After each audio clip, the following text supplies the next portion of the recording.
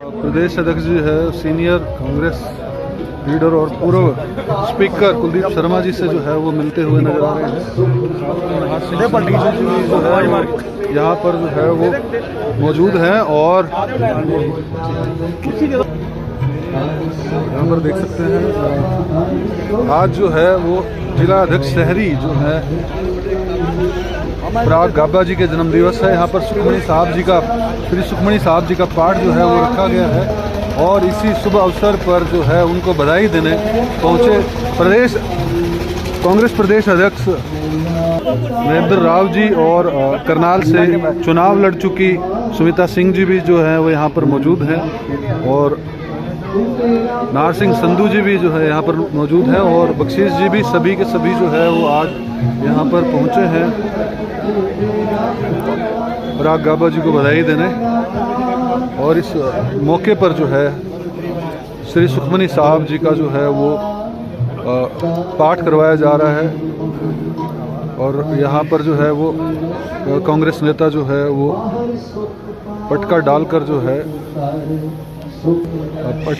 जो है अध्यक्ष जी का जो है वो स्वागत भी जो है वो करते हुए नजर आ रहे हैं।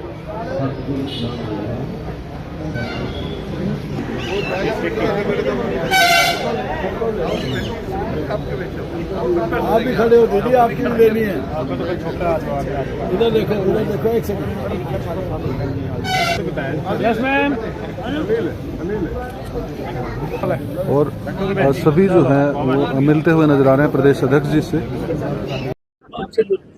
सभी कांग्रेस के नेता और कार्यकर्ता जो है प्रदेश अध्यक्ष जी से मिल रहे हैं और यहाँ पर जो है ये देख सकते हैं यहाँ पर सभी जो है वो मिलकर यहाँ प्रदेश अध्यक्ष जी से मिलते हुए नजर आ रहे हैं और मौका है पराग गाबा जी के जन्म दिवस का। उनके निवास स्थान पर जो है पहुंचे हैं।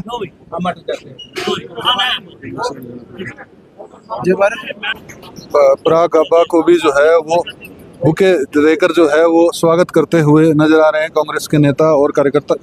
एक विनोद तोरिया जी जो है वो पराग जी को जो है जन्म दिवस की शुभकामनाएं जो है वो देते हुए नजर आ रहे हैं।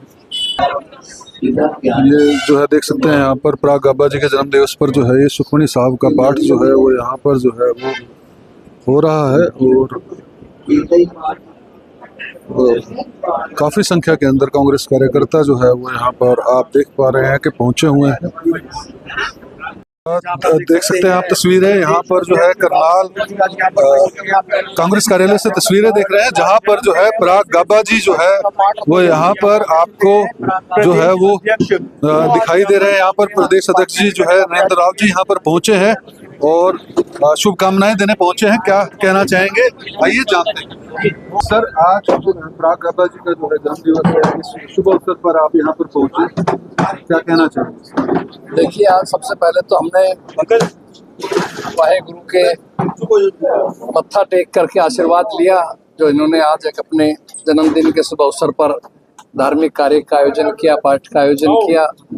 मैं अपनी तरफ से समस्त हरियाणा प्रदेश कांग्रेस की तरफ से हमारे भाई जिला शहरी अध्यक्ष पराग गाबा जी को जन्मदिन की बहुत बहुत बधाई देता हूँ, शुभकामना देता हूँ। परमात्मा से प्रार्थना करते हैं कि इनको जीवन सुखमय रहे, खुशी रहे परिवार में और पूरी तरह जो जिम्मेदारी इनको पार्टी ने दी है एक बढ़िया तरीके से निभा सके, ये मेरी शुभकामनाएं। जी सर, पूरे देश में एक मामला काफी चर्चा में है, चुनाव के सामने सुना भी होगा। जो दोषी थे उन्हें हाई कोर्ट ने जो है उनकी उम्र कैद निलंबित कर दिया है, तो इसमें पूरे देश में काफी ज्यादा प्रोटेस्ट चल रहा है कि उन्हें वापस सजा मिले, पीड़िता भी सड़कों पर है। देखिए, मामला न्यायालय में विचाराधीन है, लंबित है, लेकिन कांग्रेस पार्टी ने, हमारे नेता आदरणीय राहुल गांधी जी ने इस मामले को बड़ा गंभीरता से लिया है और उनकी ये सोच है कि देश के अंदर दलित की, शोषित की, पिछड़े हुए की, सबकी रक्षा होनी चाहिए। सरकार की जिम्मेदारी बनती है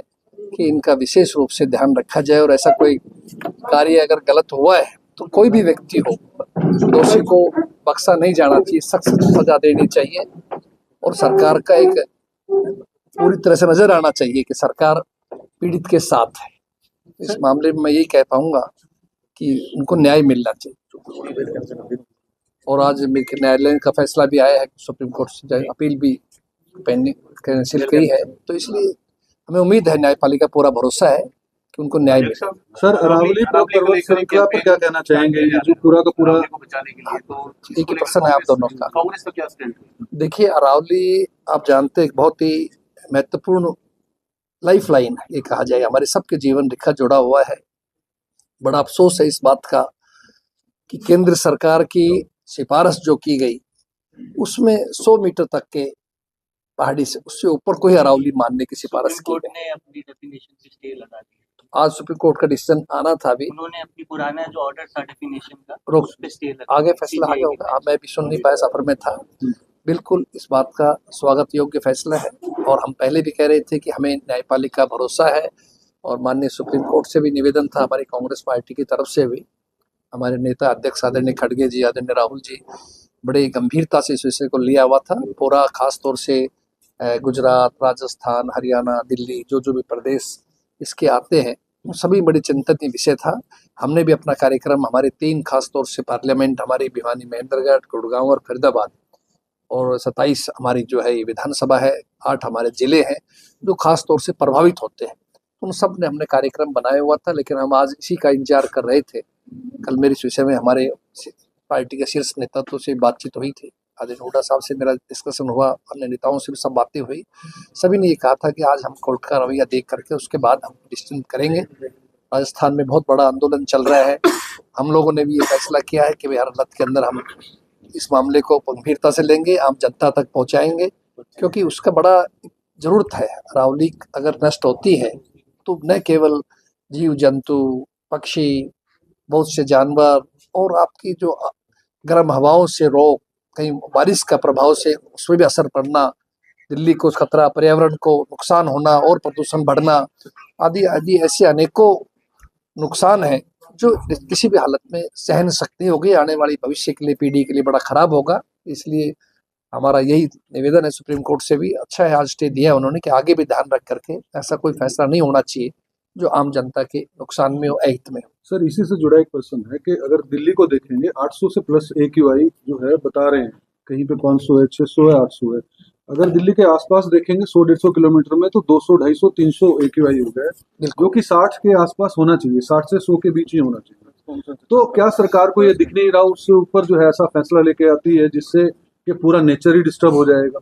नहीं, बिल्कुल इस मामले में मैंने खुद कहा है केंद्र सरकार का ड्यूटी बनती थी कि उनको इन बातों को ध्यान रखना चाहिए था। उनकी बनाई हुई कमेटी ने जो सिफारिश की है उसको नहीं करना चाहिए था। सरकार को चाहिए गंभीरता से प्रदूषण को कम करने की, AQI ठीक करने की व्यवस्था करनी चाहिए, उनको इस पर पहल करनी चाहिए। खुद उनके केंद्रीय मंत्री गडकरी साहब का बयान आया था कि 2 दिन में मैं रहता हूँ तो मेरी तबीयत खराब हो जाती है आदि, इस प्रकार का देखा होगा आपने भी। जब वो खुद मान रहे हैं इस चीज को तो इस पर अमल भी होना चाहिए, इस पर कार्य होना चाहिए। सर 2025 खत्म हो रहा है, आप कैसे देखते हैं नायब सैनी गवर्नमेंट के इस 1 साल के कार्यकाल? कोई कार्यकाल में कोई कार्य हुआ हो तो मैं उसको देखे, हम मेरे ख्याल तो कोई कार्य तो हुआ ही नहीं है। सिर्फ एक इधर उधर घुमाई फिराई के अलावा और कोई काम नहीं है। और क्या इसको आप खुद समझ सकते हो। हम तो एक बात कहते हैं, आप जो वायदा करके आए थे प्रदेश की जनता से, वो लाडो लक्ष्मी योजना जो बहनों के लिए स्कीम थी एक, पहले तो उन्होंने कह दिया चुनाव में वोट लेने के लिए सबको देंगे, फिर पता लगा इसमें तो बहुत ज्यादा महिलाएं आ रही है, लगभग शायद 80 लाख से ऊपर मेरी जानकारी में था, और उसका तो कई हजारों करोड़ का बजट बन रहा था। फिर कहा 1 लाख रुपए तक सीमा डाल दी, फिर शायद 1,80,000 तक की डाली है। तो हम तो यही कहेंगे भाई, आप अगर चुनाव के समय में जनता से कोई सा वादा पूरा नहीं हुआ इनका, लेकिन कम से कम इस बार भी जो किया था वो तो देख लो। प्रदेश के अंदर क्या हाल है आपके सामने, प्रदेश के युवाओं को नौकरी नहीं मिल रही, धक्के खा रहे हैं बेचारे। बाहर के युवाओं को अधिकारी हमारे यहाँ भर्ती किए जा रहे हैं। हमारे अभी असिस्टेंट प्रोफेसर की भर्ती थी HPSC की, चेयरमैन HPSC ये कहते हैं कि हरियाणा की तो यूनिवर्सिटी लायक ही नहीं है, पढ़ा सके, योग्य नहीं है। कितनी अफसोस की बात है कि हमारी सारी काबिलियत जो थी यूनिवर्सिटी को खराब बताया, गोल्ड मेडलिस्ट तक के बच्चों को फेल कर दिया गया। तो आपके सामने किसान का मुद्दा भी आया था, किसान कितना बड़ा धान घोटाला हुआ, आप खुद इस बात के गवाह है, करनाल के भाई बैठे हैं। किसान जो है आज तक उनको MSP का प्राइस नहीं मिल पाया, भावांतर का पैसा नहीं मिल पाया, खाद के लिए, बीज के लिए बेचारे लाइन में परेशान रहे। खिलाड़ियों की मौत का मामला था अभी विधानसभा, उसमें भी हमारे विधायकों ने जोर शोर से इस मुद्दों को उठाया है। तो कहने का अर्थ यही है कि प्रदेश के अंदर पूरी तरह से भारतीय जनता पार्टी की सरकार फैल है। धर्म के नाम पे, जाति के नाम पे बातें करके इन्होंने प्रदेश के लोगों को गुमराह किया है, देश को गुमराह कर रहे हैं। लेकिन लड़ाई लंबे समय तक चलने वाली नहीं है। लोग असलियत को समझ चुके हैं। अब की बार सरकार हमारी कांग्रेस की बननी थी। ये तो आपके सामने वोट चोरी का मामला हुआ, कहीं ईवीएम में गड़बड़ हुई, कहीं यहाँ 99% बैटरी का पाया जाना हुआ, कहीं विदेशी वो मॉडल आपके सामने नाम आए थे, उन खुद के वोट्स बढ़वाने, कहीं गलत एड्रेस, कहीं फर्जी वगैरह, सब काम करने के बाद ही बीजेपी बड़ी मुश्किल से जो है सरकार अब की बार बना पाई है। लेकिन ये बार बार ऐसा नहीं होगा जी। अभी SIR का चल रहा है जी, कांग्रेस कितना प्रिपेयर है? कांग्रेस पूरी तैयारी है। हमने हमारे BLA 1 बना दिए हैं, BLA 2 बन चुके हैं हमारी तरफ से। पूरे हम इस बात को निगरानी रखेंगे। हमारे कार्यकर्ता बूथ लेवल तक मजबूती से काम करेंगे। हमारा संगठन शुरू हो चुका है। जिला अध्यक्ष दोनों आपके सामने बैठे हैं, शहरी ग्रामीण प्रदेश अध्यक्ष भी आपके सामने बैठे हैं, और हम बहुत जल्दी प्रदेश की जिले की कार्यकारिणी बना रहे हैं और बूथ लेवल तक हम इसको ले जाएंगे। बढ़िया मजबूत संगठन बनाएंगे और SIR पूरी हमारे साथी बारीकी नजर रखेंगे। सर, हाल ही में भी क्रिसमस गया है 2-4 दिन पहले। इस बार देखने वाले बहुत ज्यादा विरोध किया गया है, कई जगहों पर तोड़फोड़ भी की गई है। इन घटनाओं को आप कैसे देखते हैं सर? देखिए, त्योहार, हमारा देश तो सबको मानने वाला त्योहार है। यहाँ तो हिंदू, सिख, मुस्लिम, ईसाई सब भाई बराबर है हमारे यहाँ। तो हमारा संविधान यही कहता है, सबको सम्मान देता है। हमारे देश सबको साथ लेके चलना है। हम कांग्रेस के लोग तो सबको साथ रखते हैं। बांग्लादेश ये में जो प्रश्न आप भाजपा वालों से पूछो, बता सकते हैं। कुछ हमारे यहाँ तो कोई दिक्कत है नहीं। हम तो, हमारे लिए सभी सम्मान है। सब धर्म का बांग्लादेश आदर है। में जो हिंदुओं के ऊपर अत्याचार हो रहा है, उसको लेकर के आप क्या कुछ कहना चाहेंगे? नहीं, बिल्कुल गलत है। मैं तो कहता हूँ बांग्लादेशी नहीं, कहीं भी अगर कनाडा में हो, कहीं और हो, वो भी गलत है। अपने देश में यहाँ भी गलत है। कोई अत्याचार नहीं होना चाहिए। और सरकार जो आज सत्ता के अंदर है, उनको इन मुद्दों के ऊपर बात करनी चाहिए उन लोगों से। उसके ऊपर पार्टी का रुख क्या है, हाईकमान का?